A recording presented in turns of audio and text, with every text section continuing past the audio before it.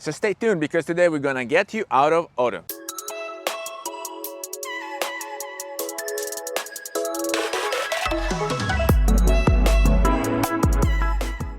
Hello everybody, welcome back to the channel. Thomas Love here from beautiful Vancouver, British Columbia, and today we're gonna get you out of the automatic mode. I know you've been shooting for a while now with your DSLR, with your mirrorless camera. You picked up the right lenses, maybe you have a telelens or a prime lens, whatever gear you have in your hand, and you're ready now to shoot in manual. Why am I doing that? I want to share pieces of advice because I saw that many of my students now they are shooting manual, but they have no clue what they are really doing. Why is that? The thing is that a few years ago Canon dropped drastically the price for their DSLRs, APS-C cameras, and so as of then everybody got a DSLR. But then right after that they started debating whether you are or not a real photographer because you're shooting automatic, you're using a semi-automatic mode, which I love, like the aperture priority mode, and if you missed that tutorial, find it up here. But as of then, now everybody is shooting manual just for a statement, despite they have no clue what they're really doing. Or maybe you do have it, but this would be like refreshing all the info that you need in order to take proper shots. Otherwise, just stay tuned and we're gonna tackle the main aspects today to shoot manual.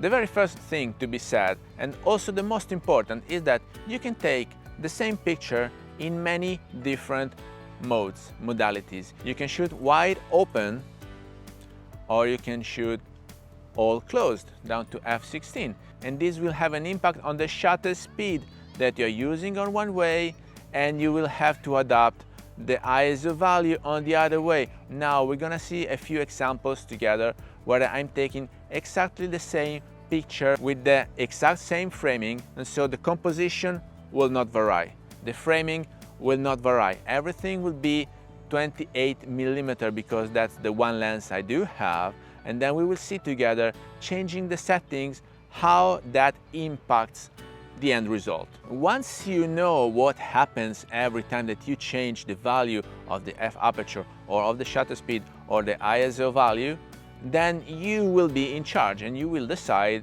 how to put together this combination of the three main elements in order to have a perfect exposure, but also in order to tell the story that you want to tell. So we're gonna see together a quick example right now. Today I'm at the park, and so I'm gonna shoot the same picture twice. The very first time it's wide open, I have f1.7, which is wide open with my lens, and I'm going to have 1/250th shutter speed, and I'm focusing on that person passing by.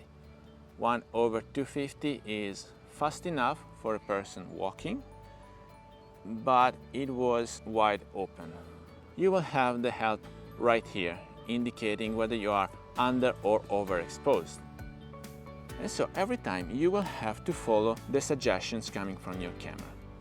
Let's say we now want to shoot at f/16, so all closed. As you can see, I'm way underexposed. So let's say that as a first thing, I'm gonna increase a bit the ISO to an acceptable 800, and then I will have to give a longer shutter speed, let's say 1/60th of a second, which is not enough yet, 1/30th of a second. This is just a bit underexposed, and so I'm taking the same picture right now. I don't have anybody passing by right now, but it's okay. And now we will compare the two pictures because we are telling two different stories. So after we saw together these few examples, what are the takeouts? First, there is no right or wrong. You know what you want to tell and share with people. So whether you want a shallow depth of field with only the main subject in focus and a bokeh effect for the background, or if you want to show the surroundings like we do in street photography where we use f8 or f5.6 or f11, this is completely up to you.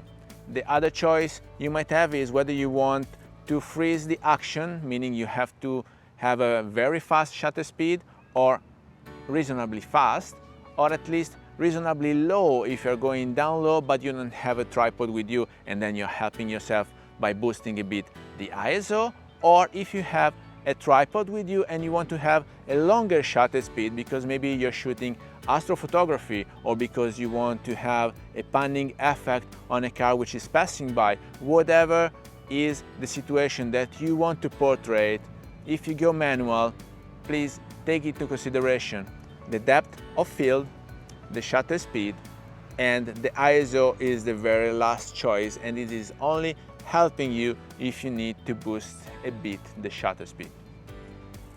I hope it was clear enough. If it's not, please let me know down here in the comment. I will be more than happy to shoot a second video to explain further details. If you want a complete sum up, you can find it in my book, which is Tell a Story with Street Photography Down to Earth, available on Amazon for your convenience. And if you liked the video, if you got any value out of it, please remember to like it, share it on your social media, subscribe to the channel so you won't miss the new videos to come, and I guess I will see you later. Thank you. Bye.